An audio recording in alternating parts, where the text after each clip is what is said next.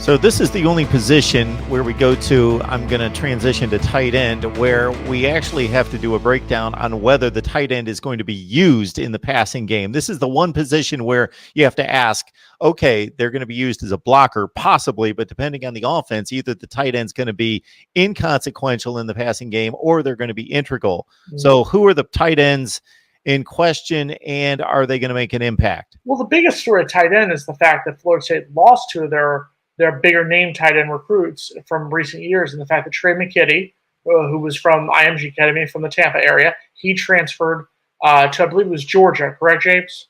He's a Georgia Bulldog now. Yes. And you had Nasir Upchurch from the Philly area, who transferred to a smaller school.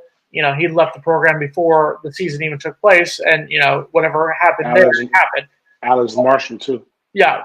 So they've lost a couple guys at that tight end position who have left. So that's where it's kind of like right now there's 3 on the roster entering spring football, and you have Carter Boatwright, who's a freshman from the Moultrie, Georgia area. You have Austin White, who is a redshirt freshman from Tampa, and you have Cameron McDonald, who's a tight end junior from out in Long Beach, California. So right now it's almost like when you say, look, what is the tight end position, we really don't know at this point. It might almost be better to just play 5 wides or play, you know, 2 running backs and 3 wides at this point, and just, you know, best of luck with trying to block somebody on the outside. Because right now we don't know. I think once spring comes around, I think you may see some guys move. You may have a couple guys move over from the defensive line or from the linebacker position who did play tight end. I think you may say that for spring football. You may see what happens after spring football with guys transferring in. Maybe they go out and get a grad transfer. They get somebody to come transfer in to play tight end. Because right now,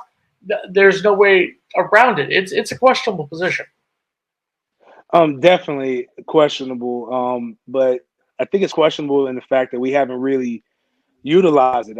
Tag utilized the tight end in Oregon and some in South Florida, but for whatever reason, it did not happen at Florida State. And Jimbo, I don't know what Jimbo lost his infatuation with the tight end once Nick O'Leary left.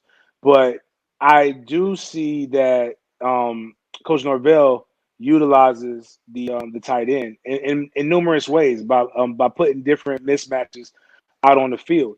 So like he'll use a fullback, he'll use a blocking tight end, but he'll also try to attack the middle of the field. So that's where a guy like Cam McDonald, who's a tight end but an undersized tight end, might really just become more of a wide receiver for you, and you try to use him in a situation to try to create mismatch.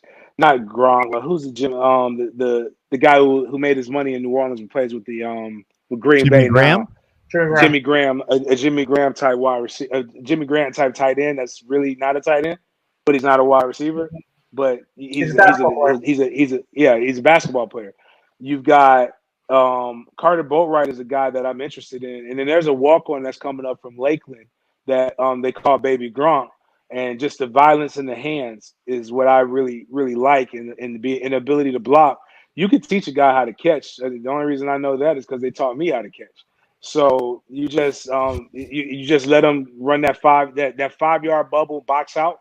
Or a Cadillac route is what people like to call it, essentially the curl right there over the center, and be the check down option, which is, if Dillingham is a good quarterback coach, he will teach James Blackman how to utilize the check down, which is something that he was allergic to during this last couple of seasons.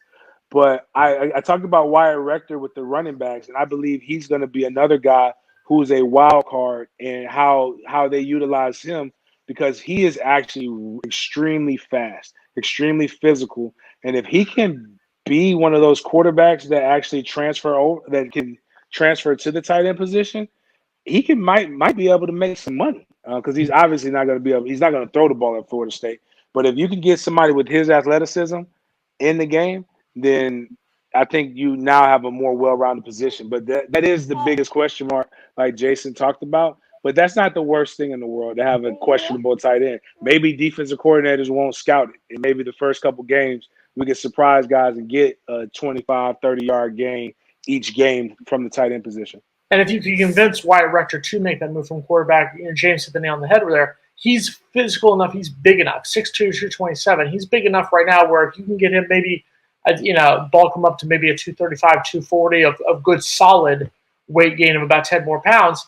He's got that physical force that if you keep that speed with that physical size, that could be an interesting move. What do you think, little Coleman?